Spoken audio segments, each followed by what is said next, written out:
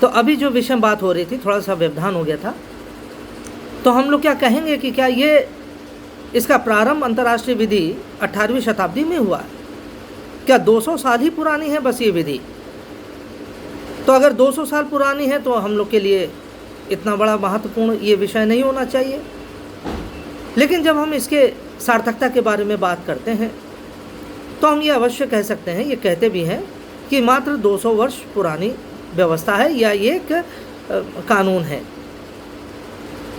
लेकिन जब भी कोई विषय आरंभ होता है उस विषय के पीछे कुछ ऐतिहासिकता जुड़ी होती है और यकायक या एकाएक कोई विषय एकदम से आरंभ नहीं हो जाता है। और ऐसी ही बात अंतर्राष्ट्रीय विधि के साथ भी है। अंतर्राष्ट्रीय विधि यूँ तो 1790 में इसका पहली बार इस शब्द का प्रयोग किया गया, 18वीं शताब्दी था। लेकिन अगर हम इतिहास में जाकर देखें तो हम पाएंगे कि the very idea of international law existed from the very ancient times.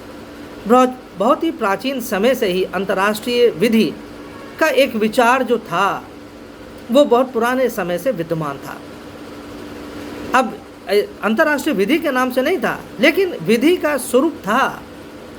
विधि का स्वरूप किसी न किसी रूप में बहुत प्राचीन समय से प्रचलित था।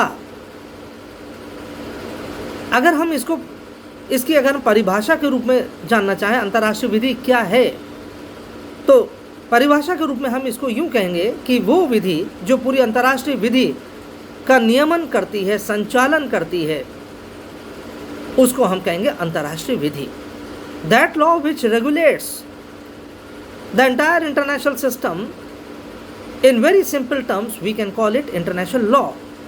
That law which regulates the interactions or the mutual relations between the nations of the world, we can say it is international law. Or in simple words we can say that it is a law of the nations. ये राष्ट्रों का कानून है और ये वो राष्ट्र हैं